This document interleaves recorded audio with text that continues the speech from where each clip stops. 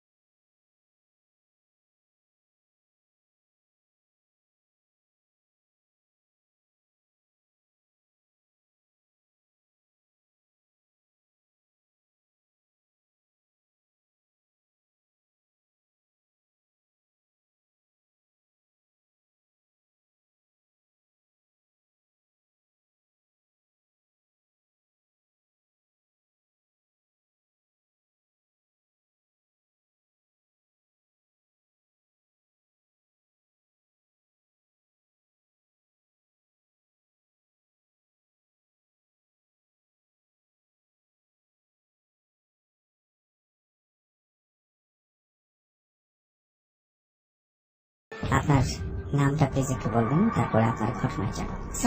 আমার ভাইয়ের সাথে ঘটে, উনি ওদিন বাড়িতে একাই ছিল, সবাই একটা প্রোগ্রামে গিয়েছিল। তো অন্ধকার রাত, তো উনি একটু মিউজিক করে আর কি। তো উনি ওনার বাসার সামনে বাইরে বিশাল বড় একটা উঠান, ওখানে অনেক গাছগাছালিও আছে। তো উনি উঠানে বসে মানে গান গাচ্ছিল আর কি হালকা। তো গান গাওয়ার এক পর্যায়ে ওনার থেকে মনে হলো যে ওনার সাউন্ডটাই প্রতিধ্বনি হচ্ছে, বাট কিছুক্ষণ পরে উনি বুঝতে পারলেন যে ওটা আসলে প্রতিধ্বনি ছিল না, কেউ একজনই ওনার গানটা রিপিট করে গাচ্ছে। তো উনি এরকম কিছুক্ষণ ভাবার পর উনি প্রশ্ন করছে কে কে বলে একটা ডাক দেয়। তো সাথে সাথে আওয়াজটা বন্ধ হয়ে যায়। তো এরপর উনি আবার গান গাওয়া শুরু করে। তো গান গাওয়া শুরু করলে তখন আবার ওই আওয়াজটা আসতেছে যে কেউ একজন ওনার সাথে গানটা গাচ্ছে। তো তিনি আবারও একটু মানে এবার একটু উনি রাগান্বিত স্বরে বলে আর কি কে। তো এটা বলার সাথে সাথে মানে উনি যেটা মানে বুঝতে পারে যে টিনের চালে কে একজন হাঁটতেছে আর কি।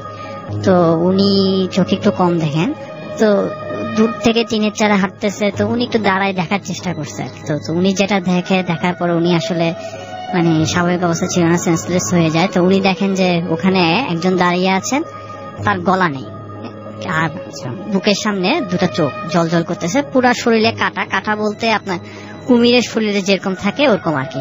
তো এটা দেখার পর উনি সেন্সলেস হয়ে যায়। পরে বাড়ির লোকজন আসে, এসে ওনাকে সজাগ করান, পানি টানি দিয়ে করানোর পরে উনি স্টোরিটা বলে আর কি যে ওনার সাথে এরকম একটা ঘটনা ঘটছে। ঘটার পর ওনার আব্বু আবার এটা ওনাদের মসজিদের হুজুরকে বলেন আর কি।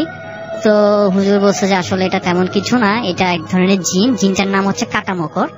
ওনারা হ্যাঁ কাটামকর, জিনটার নাম হচ্ছে কাটামকর। তো ওনারা প্রায় এরকম করে যে কাউকে একা পেলে ভয় লাগায়। তো ওনাদের বৈশিষ্ট্যটা হচ্ছে এরকম যে ওনারা লম্বা থাকে প্রচুর, তারপরে ওনাদের পাটা থাকে উল্টা, আর গলাটা দেখা যায় না, চোখ দুটা বুকের মাঝখানে দেখা যায়, আর পুরা শরীরে কাটা থাকে। আর আরেকটা বৈশিষ্ট্য হচ্ছে ওনারা সবসময় সোজা ভাবে হাঁটে, যতক্ষণ না ধাক্কা খায় ততক্ষণ ওনারা দিক পরিবর্তন করে না। তো এই হচ্ছে তো এই জিনের আরেকটা বৈশিষ্ট্য হচ্ছে ওনারা যে কাজটা করে মানুষের সাথে, ওনারা মানে মানুষদেরকে খুবই মানে ডিস্টার্ব করতে মানে বিরক্ত করতে পছন্দ করে জিনটা। সেটা হচ্ছে যে বাঁশ গাছ যখন পড়ে থাকে, হ্যাঁ, তো কেউ যদি ওই বাঁশ গাছ ডিঙ্গিয়ে যায় তখন বাঁশ গাছ টেনে তুলে ওদেরকে ফেলে দেয়। এটাই হচ্ছে জিনটার বৈশিষ্ট্য। আমার যে ঘটনাটা, এটা আমার গ্রামের বাড়ি। আমার জ্যাঠাতো বোনের শাশুড়ির সাথে ঘটা। আমার গ্রামের বাড়ি হচ্ছে নোয়াখালী, কবিরহাট উপজেলায়, কালামুন্সি ওইখানে। তো ঘটনা ওইখানেই ঘটে। আমাদের বর্তমান যে দাদু বাড়ি আছে সেখানে আমার জ্যাঠাতো বোনের শাশুড়িরা থাকতো আগে। তো ঘটনাটা বেশ কিছুদিন আগের ঘটনা। এক সকালে আমার জ্যাঠাতো বোনের শাশুড়ি উঠানে গোবর রোদ দেয়। তো এটার কারণে আমার বাবার বোন মানে আমার ফুফু সে তাকে বকা দেয়। তো জিনিসটা তার খুব লাগে। তো যার কারণে সে রাতের বেলা তার স্বামীর সাথে ঝগড়া করে যে সে বাড়িতে থাকবে না। তো সে রাতের বেলা তার দুই ছেলেকে নিয়ে বের হয়ে যায়। সে তখন তার মাথা ছিল যে রাত কত হয়েছে বা এখন কি হবে, সে কোথায় যাবে সেটা তার মাথা ছিল। তখন তার মাথা আসছে তার ভাইয়ের বাসা আছে। তার ভাইয়ের বাসা ছিল আমাদের গ্রাম হচ্ছে কালামুন্সি, এবং তার থেকে গ্রামের বাইরে বিবরণটি একটু দেওয়া দরকার। বর্তমানে বাজার থেকে মসজিদের পাশে দিয়ে আমাদের গ্রামের বাড়ি ঢুকতে হয়। তো মসজিদের পাশে কবরস্থানের সামনে বিশাল বড় একটা পুকুর, তার সাথে একটা তেঁতুল গাছ, এবং তার একটু সামনে কিছু ঝোপঝাড়, এবং তার সামনে একটা ডোবা, তারপরে আমাদের বাড়ি। তখন জিনিসগুলা কিন্তু আরো একটু অন্যরকম ছিল, যেহেতু অনেক আগের কাহিনী। তো সে যখন বাইরে থেকে বের হলো তখন সে পুকুরের সামনে চলে আসে, ক্রস করে পুকুরের সামনে চলে আসে। তখন সে দেখতে পেল যে পুকুরের পানিগুলা ঢেউ আকার ধারণ করছে। জিনিসটা দেখে সে ভীষণ ভয় পায়। সে বুঝতে পারছে যে সন্তানদেরকে সেগুলো বুঝতে দেয় না, সে নর্মালি এগোতে থাকে। তো নর্মালি রাস্তা ভাই, এখন আমাদের যে দাদু বাড়ির রাস্তা সেটা বাজার দিয়ে উঠছে, কিন্তু আগে সেটা ছিল না। আগে কবরস্থানের পিছন দিয়ে বাজারে উঠতে হতো। তো সে সেই উদ্দেশ্যে কবরস্থানের পিছনে যাচ্ছিল। তখন সে দেখলো কবরস্থানের সামনে সাদা কাপড় পরা খুব বয়স্ক একজন বুড়ি দাঁড়িয়ে আছে। সে জিজ্ঞেস করলো যে মা, তুমি কি বাজারে যাবা বা অন্য কোথাও যাবা? উনি বললেন হ্যাঁ, আমি ওখানে যাবো, তাহলে আমরা একসাথে যাই। তো ওই বুড়ি, সাদা কাপড় পরা বুড়ির সাথে তারা এগোতে থাকলো। বাজার পর্যন্ত যখন তারা আসলো তখন সে একবার পিছে তাকালো, দেখলো যে বুড়ি আছে কিনা। সে দেখলো যে বুড়ি কিন্তু নাই, কিন্তু কিছুক্ষণ আগেই তার সাথে বুড়িটা ছিল। জিনিসটা দেখে সে আরো ভয় পেয়ে যায়। তো সে একটু জোরে জোরে আমাদের বাজারটা ক্রস করে তার ভাইয়ের বাসা কোম্পানিগঞ্জ ওদিক দিয়ে যাওয়ার চেষ্টা করে। তো ওই সম্পর্কে একটু বলা উচিত যে ওই রোডে কিছু একটা জায়গা আছে, আমাদের বর্তমান যে চেয়ারম্যান তার বাড়ি। তো সেই জায়গাটা আগে এক সময় ভৌতিক ছিল খুব। তো সে যখন ওই জায়গায় তখন সেখানে একটা পুকুর আছে। তো সে দেখলো যে পুকুরের ঘাটে বসে 3 জন লোক সাদা জুব্বা পরা অনেক লম্বা আকারের অজু করছিল বা হাত মুখ ধুচ্ছিল, এরকম কিছু একটা সে দেখতে পেল। জিনিসটা দেখে সে ভীষণ ভয় পায় যে এত রাতে, মেবি রাত 1টার বেশি হবে, যে এত রাতে কোনো মানুষ অজু করার কথা না। আর যে মসজিদ বাজারের এখান থেকে অনেক দূর। জিনিসটা দেখে সে আরো ভয় পায়। ভয় পাওয়ার কারণে সে সামনের দিকে যেতে থাকে। তো কিছুটা আগানোর পরে সে দেখতে পেল যে কয়েকটা জাম গাছ। তো জাম গাছের এখানে দেখলো যে কালো কাপড় পরা কিছু অবয়ব একটা জাম গাছ থেকে অন্য জাম গাছের দিকে যাচ্ছিল, মানে লাভ দিচ্ছিল এরকম কিছু একটা। তো এরকম সে যখন জাম গাছের সামনে আসছে দেখলো যে কয়েকটা অবয়ব এরকম আসা যাওয়া করছিল। জিনিসটা দেখে সে ভীষণ ভয় পায় এবং এক দৌড়ে তার সন্তানদেরকে কোলে নিয়ে তার ভাইয়ের বাসার সামনে উঠানে গিয়ে পড়ে এবং সে সেন্সলেস হয়ে যায়। তার ভাই বাসা থেকে বের হয়, তাকে পানি টানি দেয় এবং তাকে হুঁশ হওয়ার পরে তাকে জিজ্ঞেস করে যে তোমার সাথে কি করছে। তখন তার ভাই সবকিছু বুঝতে পারে এবং তাকে ঝাড়ফুঁক দিয়ে দেয়। বলে রাখা ভালো, তার ভাই ছিল খনার।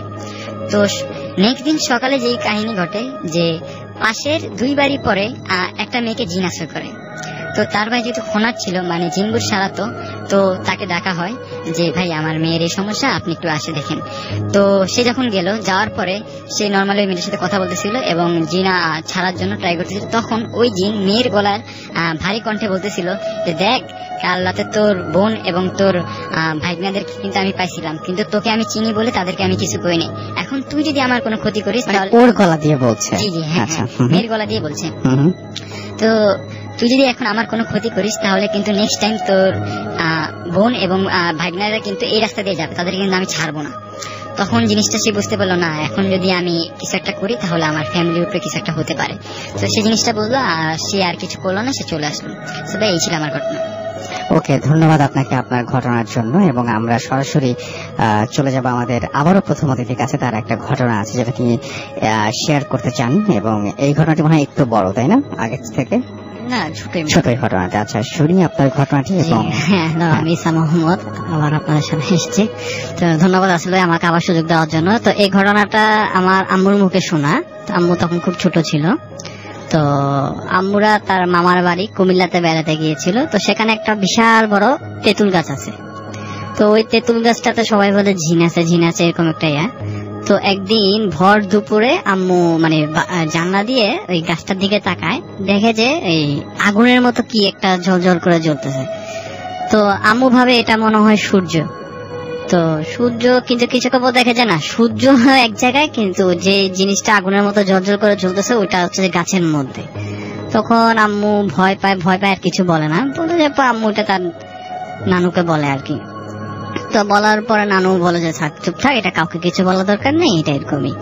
তো এই গাছ নিয়ে অনেক কিছুই আছে, যেমন ওই গাছে সব মানে কিছু হিন্দু মালির লোক ছিল, ওরা ভোগ দিত। তো এরকমই একটা সময় মানে হিন্দু মহিলা ওখানে ওই ভোগ দিচ্ছিল। তো একটা কিশোর বয়সী ছেলে, গ্রামের পরিচিত, সে এটা দেখে তার একটু ঘৃণা লাগে আর কি। তো সে তখন ওয়াকফু এরকম একটা ইয়া করে।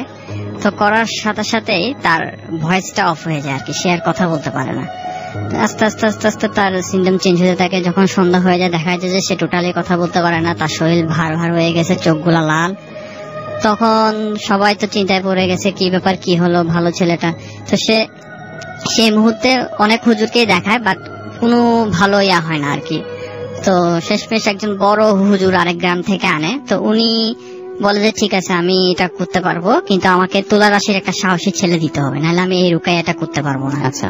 তো পরে তুলা রাশির একটা ছেলে পাওয়া যায়। তো ছেলেটাকে রাজি হয় করার জন্য। তো পরে হুজুর ছেলেটার উপরে ওই যে জিনটা ভর করছে ওকে হাজির করায় আর কি, যে কি হয়েছে। তখন জিনটা হাজির করানোর পর সে বলে আর কি যে আমাকে এরকম ভোগ দেওয়া হয়েছিল, আমার খানাটা সে ঘৃণার চোখে দেখেছে, যার কারণে তাকে আমি ছোট শাস্তিটা দিয়েছি।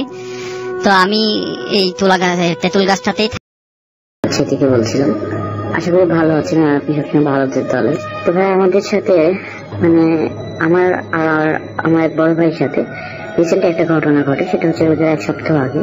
তো ভাইয়া ঘটনায় চলে যায়। ঘটনাটা ঘটে রোজার 1 সপ্তাহ আগে। তো ভাইয়া কয়েকটা জিনিস আগে ডিসক্রিপশন দিয়ে দিই। সেটা হচ্ছে আমাদের স্যাটেলাইট চ্যানেল কিংবা ডিশ চ্যানেল বলে সেটা ব্যবসা আছে আমাদের। তো ব্যবসার জন্য আমরা প্রতিনিয়তই রাজশাহীতে কিংবা চাঁপাইনবাবগঞ্জ আপ ডাউন করি। তো ভাইয়া আমার বাসাটা রাজশাহী জেলার কোন একটা গ্রামে। তো ভাইয়া ঘটনাটা সেদিন ঘটে ঠিক রাত 10টা নাগাদ।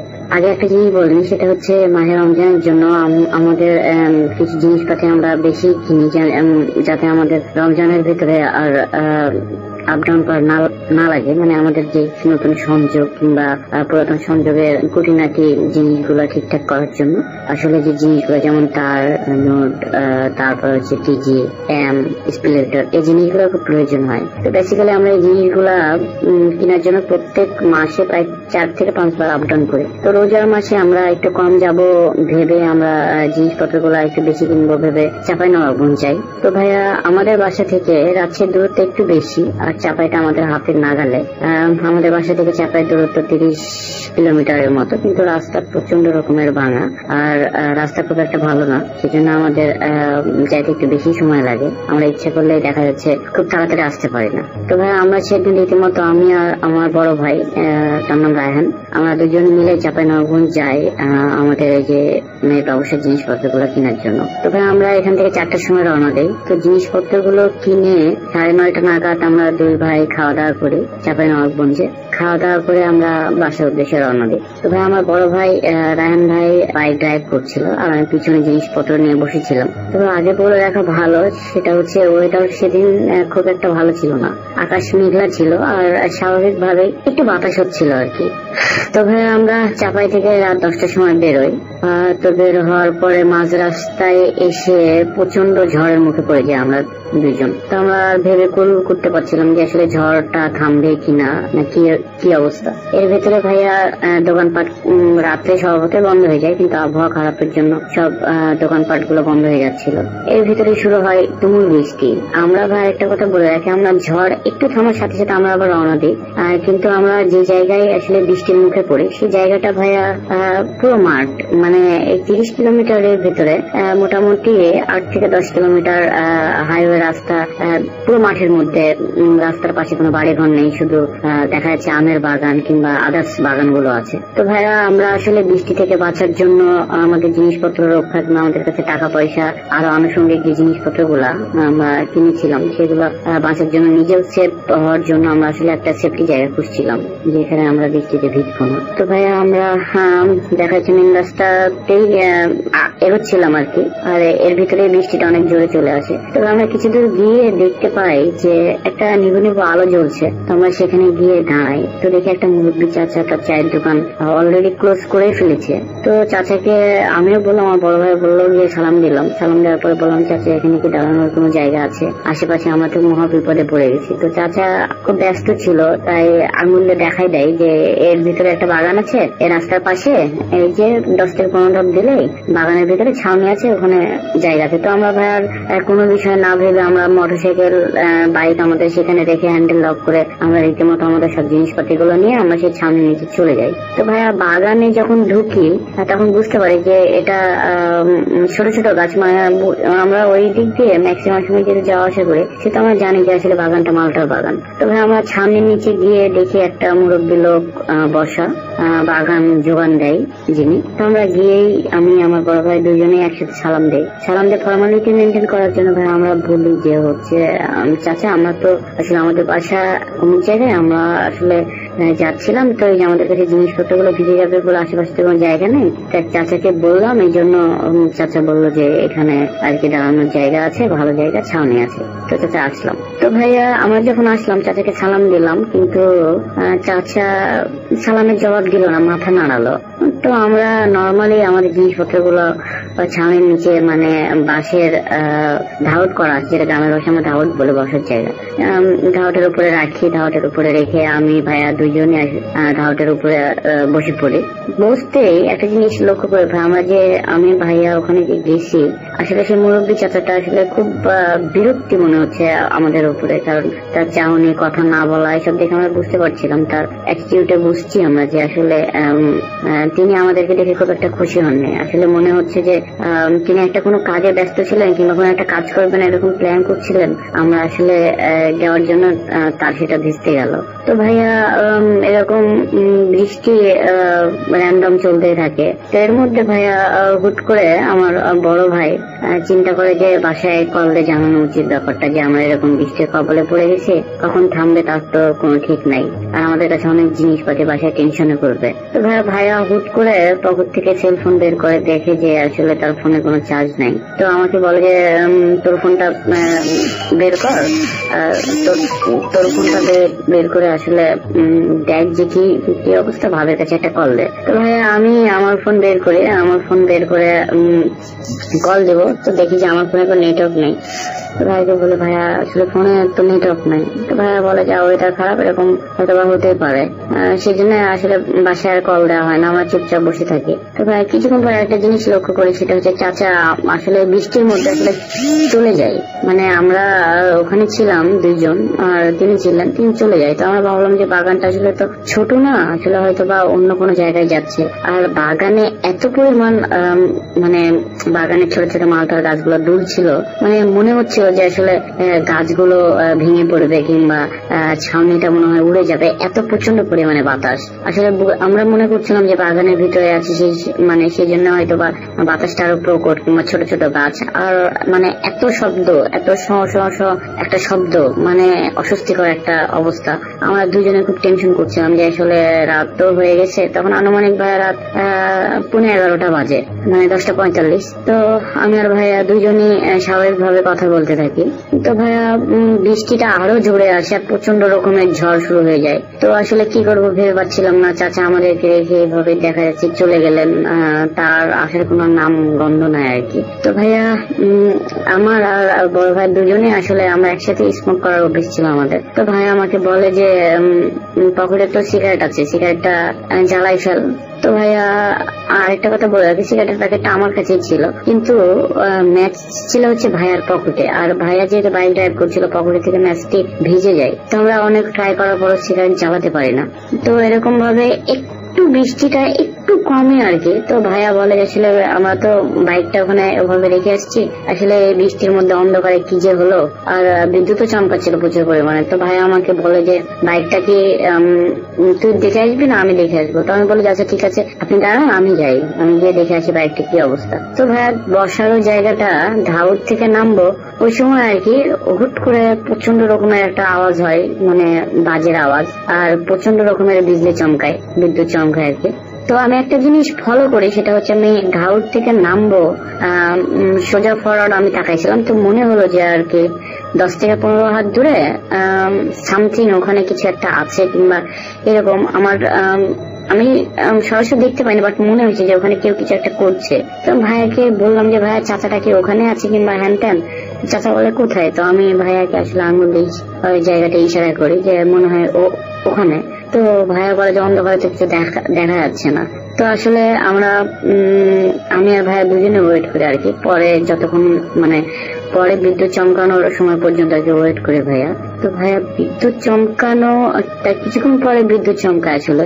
তো বিদ্যুৎ চমকানোর আলো ভাইয়া আমি আর আমার বড় ভাই যেটা দেখি আসলে ভাই সেটা আমরা স্বপ্নেও ভাবতে পারিনি, স্বপ্নে কল্পনাও করিনি, এবং আমার একটা ফার্স্ট এক্সপিরিয়েন্স যে আসলে এরকমটা ঘটতে পারে।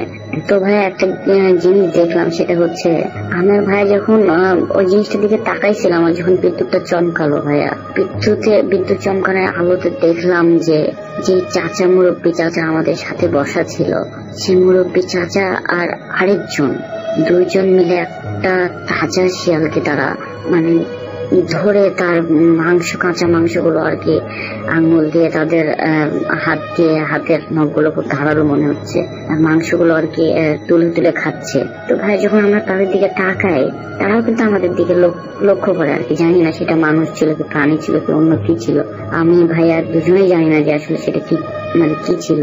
তো ভাইয়া একসাথে তাদের সাথে আমাদের চোখাচোখি হয়। তো তারা আমাদেরকে দেখে মানে বিটকুটে রকমের দুজনে একটা হাসি দেয়। তো ভাইয়া একবার আলোতে যেটা আমরা দেখতে পাই আর কি, যে তাদের চেহারাটা মানে অন্যরকম। আর কাঁচা মাংস খাচ্ছে তারা, তাদের ঠোঁটে মুখে রক্ত মাংস এরকম লেগে আছে, আর তারা মানে ভয়ানক রকমের একটা হাসি দেয়। তো ভাই জিনিসটা দেখার পরে আমি আর ভাইয়া সেখানে আর মানে থাকবো কি থাকা যাবে এরকম কোনো চিন্তা করি না, সব জিনিসপত্র নিয়ে আমরা আসলে দৌড় দিই সেখান থেকে।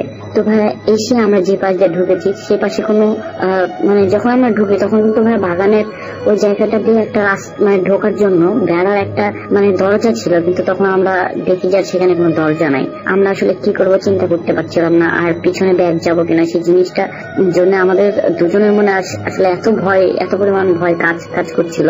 আমরা আসলে কিছু না ভেবে আমাদের ব্যাগটা মানে বাগানের বেড়ার ওপারে ফেলে দেয়। আমরা তারপরে এই বেড়াটা টপকে ওপাশে পার হই। তো ভাই ওপাশে পার হওয়ার পরে আমরা আসলে যখন বাগানে ঢুকি তখন মেন রাস্তার পাশে কিন্তু আমরা ওভাবে করে পাশে বাইকটা রেখে ঢুকি, কিন্তু ভাই আসলে আমরা যখন বেড়াটা টপকে বেরোই তখন আসলে ভাইয়া আমরা রাস্তা খুঁজে পাচ্ছিলাম না। তো আমি ফোন মানে আমার তখন হুঁশও ছিল না যে আমার পকেটে সেলফোনটা বের করে ফ্ল্যাশ জ্বালাই, আর বৃষ্টিতে প্রায় চকচকে অবস্থা, ভিজে সব জিনিসপত্র সহ আমরা একদম টোটালি ভিজে গেছিলাম। তারপরে আমাদের ভিজা টিজা এইসব কোনো মাথায় ছিল না, আমরা শুধু একটা জিনিস আমাদের মাথায় ছিল, সেটা হচ্ছে আমরা কিভাবে বাঁচবো কিংবা এই জিনিসটা থেকে আমরা কিভাবে পালাবো, এরকম একটা চিন্তা ভাবনা ভাই আমাদের মাথায় কাজ করে। তো ভাই কিছুক্ষণ পরে যখন আবার বিদ্যুৎ চমকায় তখন আসলে দেখি যে আমরা আসলে বাগানের পাশে কিন্তু একটা ফাঁকা মাঠে, যেটা বুঝতে পারি সেটা হচ্ছে রাস্তা অনেক দূরে আমাদের থেকে, আসলে অনেক দূরে। আমরা দুজনে কোনো কথাবার্তা না বলে আমাদের পায়ের স্যান্ডেল ঠিক ছিল না, স্যান্ডেল আমরা সেখানে ফেলে দুজন ঝেড়ে একটা দৌড় দিয়ে কিছুক্ষণের মধ্যে আমরা মেন রাস্তায় এসে পৌঁছাই। বাইক খুঁজে পেতে একটু যাই হোক আমাদের কষ্ট হয়েছে, তারপরে আমরা বাইকটা নিয়ে ভাইয়ার সাথে বাইকে উঠে বাইক স্টার্ট করে আমরা টানবে আর কি বাইক নিয়ে। তো ভাইয়া যখন বাইক ড্রাইভ করে আসলে রাস্তা ভাঙা কি বৃষ্টি কোথায় কি এইসব দেখার কোনো সময় ছিল না।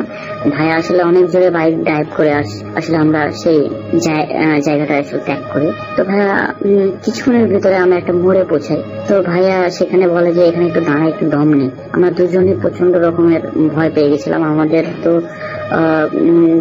কি বলবো, দুজনই বৃষ্টিতে ভিজেছিলাম, তারপরেও বৃষ্টিতে ভিজার পরেও ঘেমে তারপরে আমাদের শরীরের পশম দাঁড়ায়, মানে আমাদের দুজনের একাকার অবস্থা আর কি। তো আমরা সে মোড়ে দাঁড়ানোর পরে দুইটা নাইট গার্ড আমাদের দিকে লাইট মারে। আর আমরা আরেকটা জিনিসও লক্ষ্য করি, সেটা হলো যে দোকানপাট গুলো একদম টোটালি সবই বন্ধ। তো আমি ভাইয়াকে বলি, ভাইয়া কি অবস্থা, এই দোকানপাট বন্ধ, মানে কি করবো এখন, কোনো হুঁশ পাচ্ছিলাম না আর কি। তো নাইট গার্ড আমাদের দিকে লাইট মারে দিয়ে বলে যে কি ব্যাপার, আপনাদের বাসা কথা, আপনারা কোথেকে আসলেন এই রাতে। তো আমরা বললাম যে এই অবস্থা, আমরা তো আসলে চাপাই থেকে বের হয়েছি, অনেক ঝড় বৃষ্টির মধ্যে আমরা পড়ি, একটা জায়গায় আশ্রয় নিয়েছিলাম, তো বৃষ্টি এখন কমেছে, বের আমরা এই তো এভাবে করে ভিজতে চলে আসলাম, আমাদেরকে বাসা পৌঁছাতে হবে, আমাদের অনেক আর্জেন্ট দরকার। তো আমরা সেই বিষয়টা শেয়ার করি না। তবে আমি পকেট থেকে বের করি, তো আমার পকেটের সেলফোনে বৃষ্টিতে ভিজে আর কি, যাই হোক কোনো একটা প্রবলেমের জন্য শর্ট সার্কিট হয়ে হয়তো আমার ফোন আর অন হচ্ছিল না। তো আমরা নাইট গার্ডের কাছ থেকে আর কি ম্যাচ নিয়ে আমরা সিগারেট জ্বালাই, নাইট গার্ডকে জিজ্ঞাসা করি যে আসলে ভাই কি অবস্থা এখন, মানে কয়টা বাজে আর কি রাত। তো তারা যে জিনিসটা বলে আসলে আমরা শুনে দুজনে আসলে থমকে যাই, কারণ তারা বলে যে এখন রাত 2:20। আমি আর ভাইয়া দুজনে মানে কি বলবো জায়গাতে শক্ত, যে আসলে কেমনে কি। আমরা যখন বাগানে পৌঁছাই তখন 11টা বাজে। আমরা সেখানে খুব বেশি হলে 20 থেকে 25 মিনিট ওয়েট করছি। ওয়েট করার পরে এই যে ঘটনাগুলো ঘটলো, এটা আমি মানে খুব বেশি হলে 20 থেকে 25 মিনিট, কিন্তু আসলে 2 ঘন্টা, 11টা 12টা একটা 2:20, আসলে 3 ঘন্টা সময় আমরা যে কিভাবে পার করলাম আমার তার হদিশ পায় না। আমি ভাইয়া দুজনেই চলে আসি বাসায়, এসে ফ্রেশ হয়ে একটা ঘুম দিই। তো ভাইয়া আমরা যখন ঘুম থেকে উঠি দুজনেরই শরীর প্রচন্ড রকমের ব্যথা ছিল, আর আমাদের গায়ে জ্বর ছিল। তো আমরা 2-1 দিন ওষুধ খাওয়ার পরেও আর কি আমাদের শরীরে কোনো উন্নতি হয় না। তো আমরা হুজুরের কাছে যাই আর কি, একটা মসজিদের ইমাম, তার কাছে গিয়ে বিষয়টা শেয়ার করি। তিনি হাফেজও। তো তিনি বলেন যে আসলে কি ঘটনা ঘটেছিল। তো আর কি আমরা সেই ঘটনাটার পুরো বর্ণনা দিয়ে আসলে এরকম ঘটনা হ্যান ত্যান এরকম হয়েছে। তো বলছে আপনাদের ভাগ্যটা খুব ভালো যে আপনাদের কাছে ম্যাচ ছিল, কিন্তু সেটা ভিজে গেছিল।